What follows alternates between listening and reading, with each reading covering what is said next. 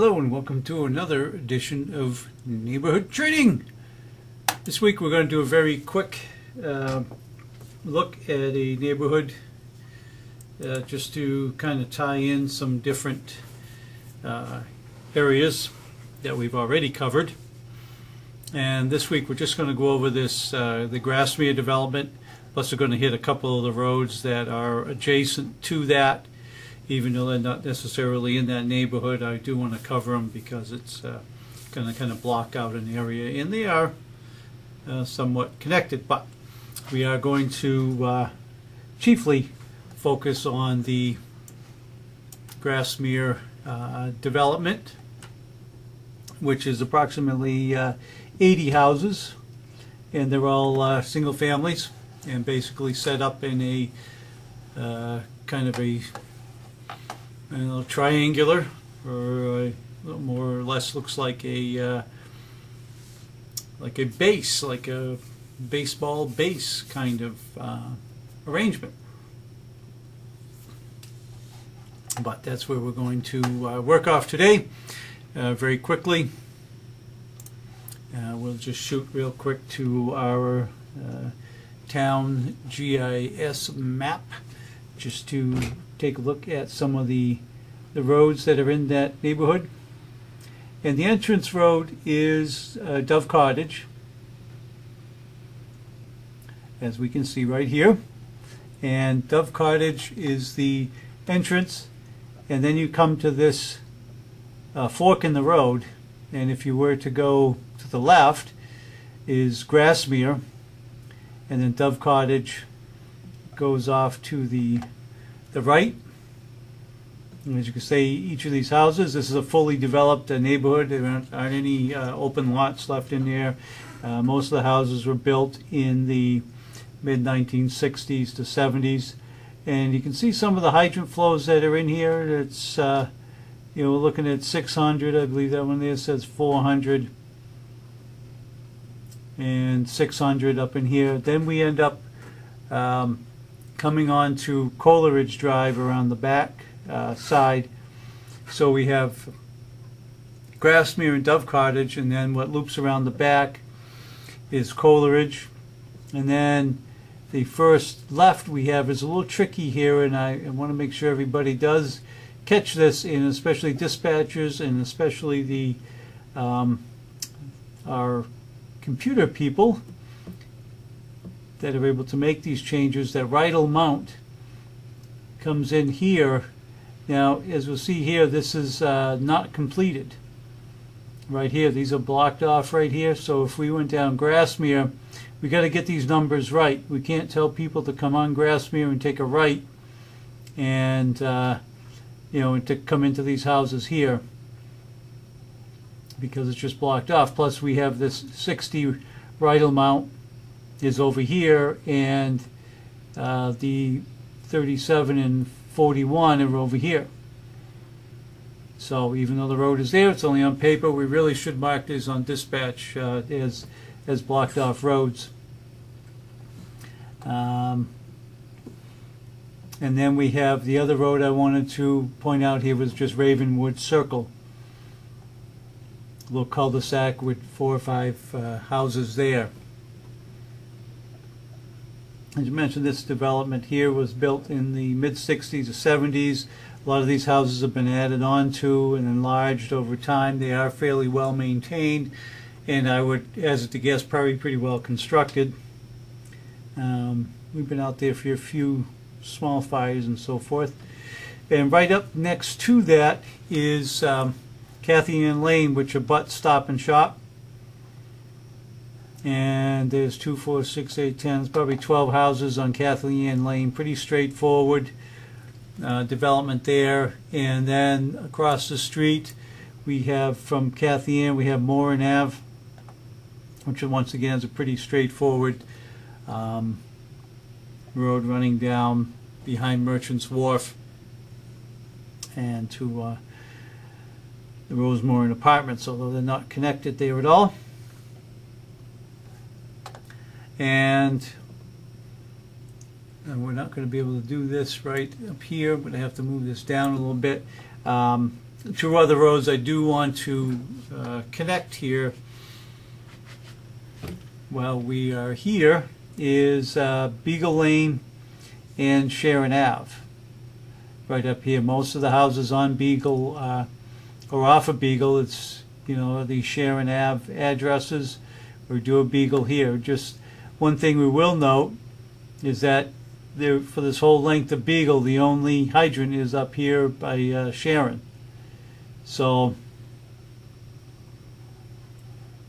that we're going to have a choice of whether we're going to lay in from here, which I believe these hydrants are across the street, or whether we're just going to go up and catch this hydrant here, and perhaps with this house or this house here, be able to do some work from there. But just bear that in mind. And Beagle is a dirt road, and it's the town does a pretty good job of maintaining it, but it still is you know, a little rough sometimes to get down. The other road I want to connect up here is Figurado Way. Once again, pretty straightforward, but one thing you'll notice here, there's no red hydrants here on Figurado Way. It's not very long. It's probably only I'd have to say that Figurado is, well, it says here it's about 800 feet long. And if we're going to do that, then we got to look here. Okay, so what we were talking about is just laying in the Figurado Way. Let me get rid of that here. One of the things that we look like these are not connected at all. You say, well, geez, you know, these Figurado and Beagle, and they're not part of the Grasmere development.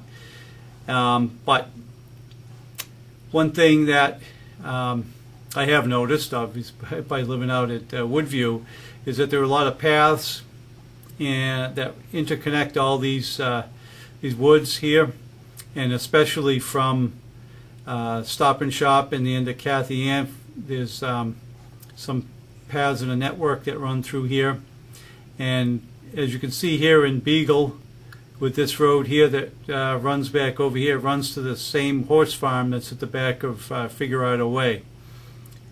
So these are all connected down in this area here, and there is this kind of pasture land for some of the horses that are in this place down here. So that's really just the bottom line, is even though they don't seem to be connected, the backyards and all in here are connected with a whole bunch of paths and networks and so forth. And being in this kind of Stop and Shop area here, this kind of commercial area, they do have a lot of common things. And so without further ado, I just want to point out two of the houses that are there that are in the Grasmere development.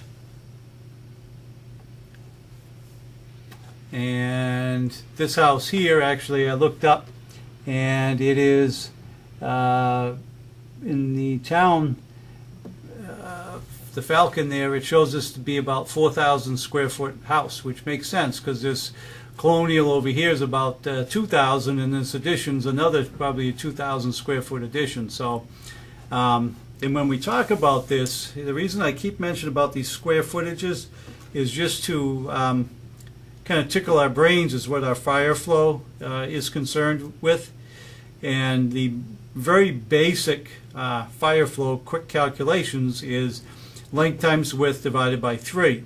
Length times width, of course, gives you square footage. Now that's for one floor, but this is a 4,000 square foot building. I know that just by looking it up on the Falcon appraisal on the town hall. It shows us 4,000 square feet. So if we took that 4,000 square feet and divided it by 3, which is a fire flow formula, it gives us over 1,300 gallons a minute. This is for this building, 4,000 square foot, being fully involved. We would need over 1,300 gallons per minute. Obviously, you know, this building in most circumstances is not going to become fully involved, but even 50% involved, even with this, just this addition or this part of the house fully involved, which we can save half of this house by doing a trench cut or just really being aggressive and cutting this in half, we're still going to require 600 or 700 gallons a minute to extinguish this fire. And that's 2 floors of fire, which is, 600 or 700 gallons. I mean, 600, 700 gallons a minute. That's that's 2.5s flowing plus a hand line. Now remember that the hydrants in this area were only rated to be around 600 gallons a minute. So we do have a little bit of a problem here. If this building is fully involved, we're not going to have the gallonage, and even if it's only 50% involved, we're not going to have the gallonage to do it. We're going to have to come in from Jones Road or so forth. But just keep that in mind. It's length times width divided by 3, and then you take whatever percentage of involvement that is. So, if it's this is half involved, we're 25%, then we're 1,000 square feet. Okay? So we take about 300 gallons per minute. And the other house I wanted to point out, just another random house that's in there. I picked these out just because they're out of the ordinary.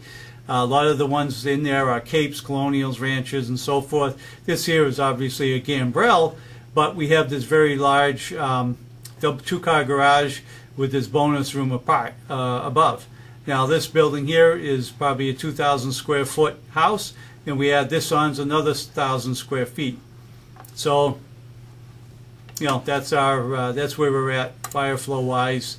And we will just take a quick look at, just to review the neighborhood here. We always do a quick little review of some of the hazards. Obviously the major hazard there is the single family dwelling. I mean, that's the thing that injures and kills most firefighters, is the single family home. So that is a hazard. It's not necessarily a high hazard as far as, comparatively to a multi-family home or a gasoline storage facility, but it still is. In Grasmere, there's approximately 80 houses built during the 60s and 70s, which means that period of time they're probably pretty good construction. I would imagine these houses are probably, I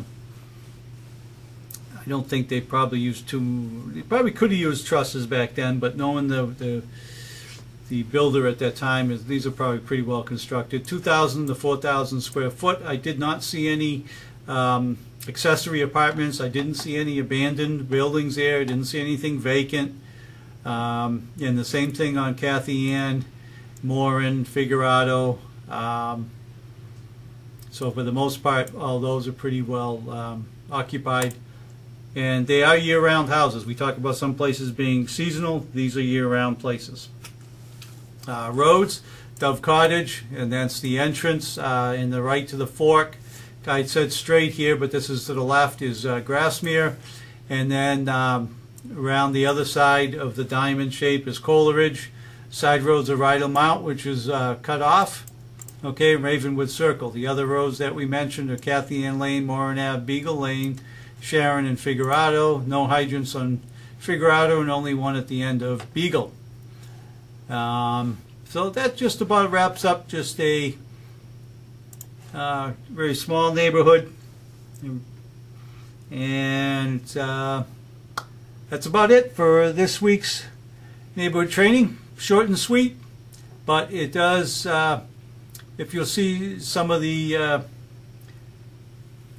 means in which I'm doing this and trying to connect different neighborhoods together as we go along.